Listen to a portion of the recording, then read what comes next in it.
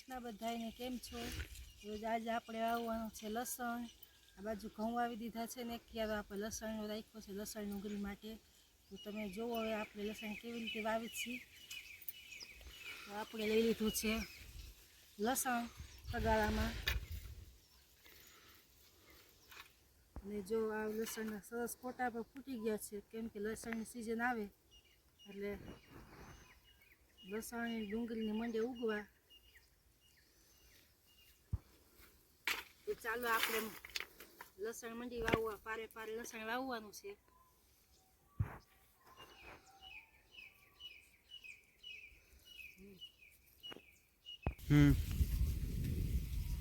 જો આપણે આ લસણ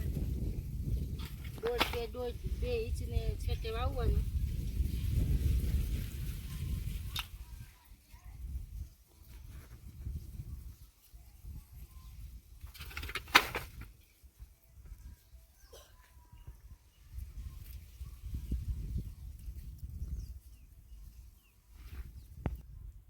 તો આપણે લસણને વવાઈ જાય એટલે પાણી પાઈ દઈશું. અને પેલું પાણી પાઈ પછી ત્રીજી ચોથા દિવસે પાછું પાણી આપણે પાઈ દેવાનું, કેમ કે ઉગી સરસ છે ભીજવાળું વાતાવરણ હોય એટલે. પછી તો 6-7 દિવસે પાણી હોય તો ચાલે.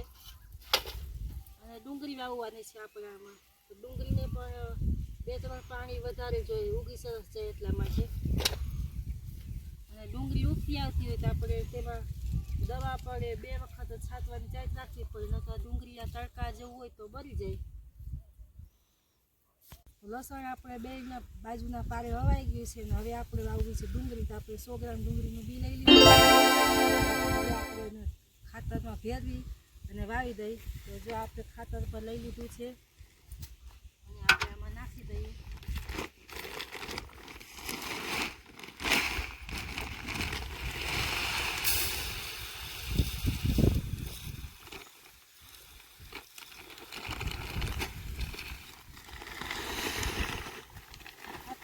આપણે ભરાઈ ગયું છે. હવે ડુંગળીનું બી આપણે આમાં ભેરવી દઈએ.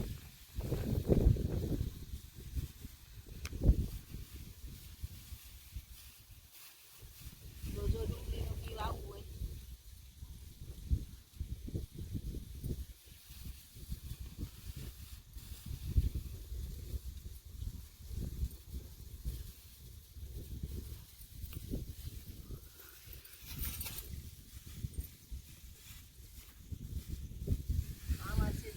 બકાલાનું બિયારો, મેથીનું બી છે, ગાજરનું બી છે.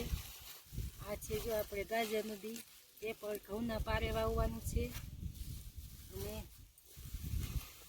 આમાં છે મેથી, તો તમે જોઈ શકો છો. મૂળાનું પણ બી છે, આપણે બધું બકાલો આપણે વાવવાના છે. તો જો આ છે મૂળાનું બી, એક વાડીમાં ઘઉં વાવ્યા હતા એમાં વાવી દીધા, અને આજે આમાં બીજા ઘઉં વાવેલા છે તો એમાં આપણે પારે વાવશું. તો ચાલો આપણે પહેલાં ડુંગળી છાંટી દઈએ.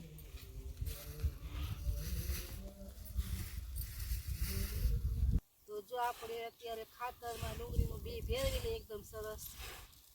એકલું બી ડુંગળીનું આપણે વાવી તો થોડીક આછા ઘાટું થાય, ક્યાંક ઘાટું થાય, ક્યાંક આછું થાય. તો આપણે ખાતરમાં ભેરવીને વાવીને તો બધું બી એક રગું જ હોય. અને આપણે ખાતર પર છાંટવું પડે કે ઉગાવામાં સરસ એકદમ ઉગી જાય. બાકી તો આપણે છાણિયું ખાતર આમાં હોય જ નાખેલું.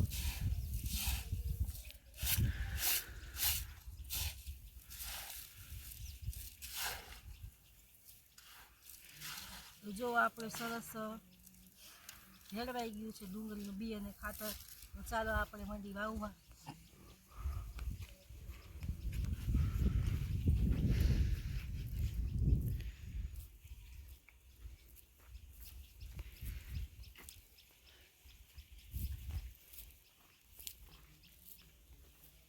ડુંગળીને થોડુંક 15 દિવસ તો વાવવામાં થોડુંક આપણે મોડું થઈ ગયું છે, પણ નહીં વાંધો આવે. અત્યારે ઠંડી હવે જ પડવાની શરૂ થઈ એટલે.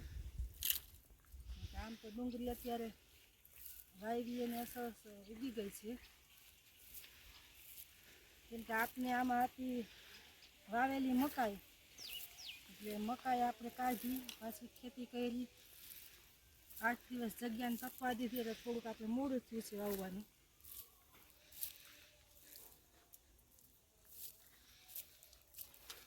આ ડુંગળી વાવીને પછી આપણે ખપાલીથી પાછું આપણે ખહરી નાખવું પડે, કેમ કે નકર ડુંગળીનું બી ફોરું હોય ને તો બધું તરીને બધું એક છેડે વહી જાય.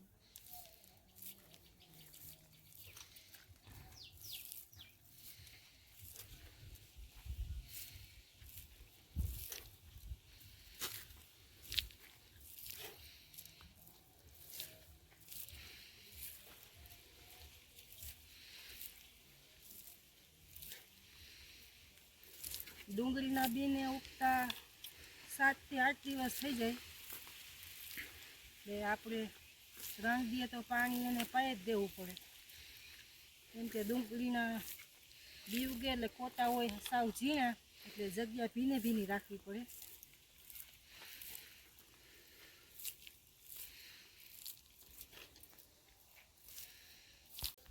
તો આપણે એક વખત આમાં આપણે ડુંગળીનું બી છાંટી દીધું હતું. આપણે એમ હતું કે બીને ખાતર ઘટશે એટલે પહેલાં આછું છાંટ્યું હતું, પણ આપણે જો ઘણું ખાતર ને બી વધ્યું છે એટલે આપણે બીજી વાર છાંટી દઈએ એટલે ડુંગળી ઉગવામાં આછી ન પડે. પહેલાં એમ હતું કે બી ઘટશે એટલે આપણે થોડોક હાથ હળવો રાખ્યો હતો, તો આપણે જો બીજી વખત પાછું છાંટી દઈએ એટલે સરસ ઘાટી થઈ ગઈ. આમ તો ડુંગળી વાવતા હોય તો 1 વીઘે 3-3.5 કિલા બી વાવતા હોય. આપણે તો ઘર પૂરતી વાવી છે એટલે 100 ગ્રામ બી આપણે જે ઓલી ભૂરી ડુંગળી લાવે એ ડુંગળીનું બી લીધું હતું.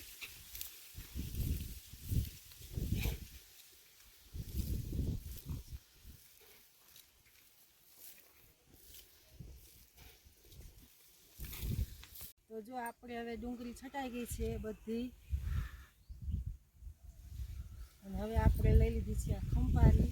આપણે આ ખહરવા માટે એટલે ડુંગળીનું બી હોય ફોરું તો પાણીમાં તણાઈ ન જાય, એટલે પાણીમાં તણાઈને છેડે બધું વયું જાય. તો જો આપણે ખપારીથી આવી રીતના ખહરશું, જોઈ શકો છો.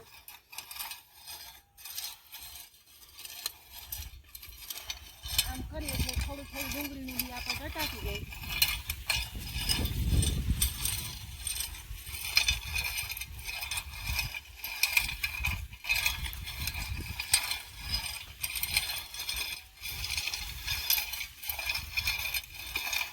અને આપણે ફોરા હાથે જ ખંપારી ફેરવવાની, કેમ કે વધારે જો ખાડા થઈ જાય તો બી ઊંડું હોય જાય, તો ડુંગળીનો ફોટો ઉગવામાં સાવ ઝીણો હોય તો મોટા ફોડા ઉપાડી ન શકે, એટલે ફોરા હાથેથી જ આપણે આને ફેરવવી પડે.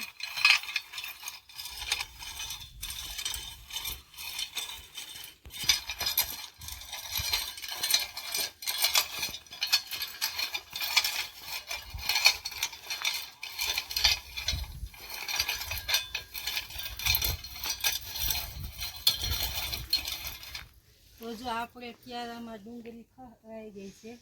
તો તમને અમારો વિડીયો ગમ્યો હોય તો વિડીયોને લાઈક, શેર અને સબસ્ક્રાઈબ કરજો. બધાને કોમેન્ટ કરજો તમને મારો વિડીયો કેવો લાગ્યો. જય શ્રી કૃષ્ણ બધાને.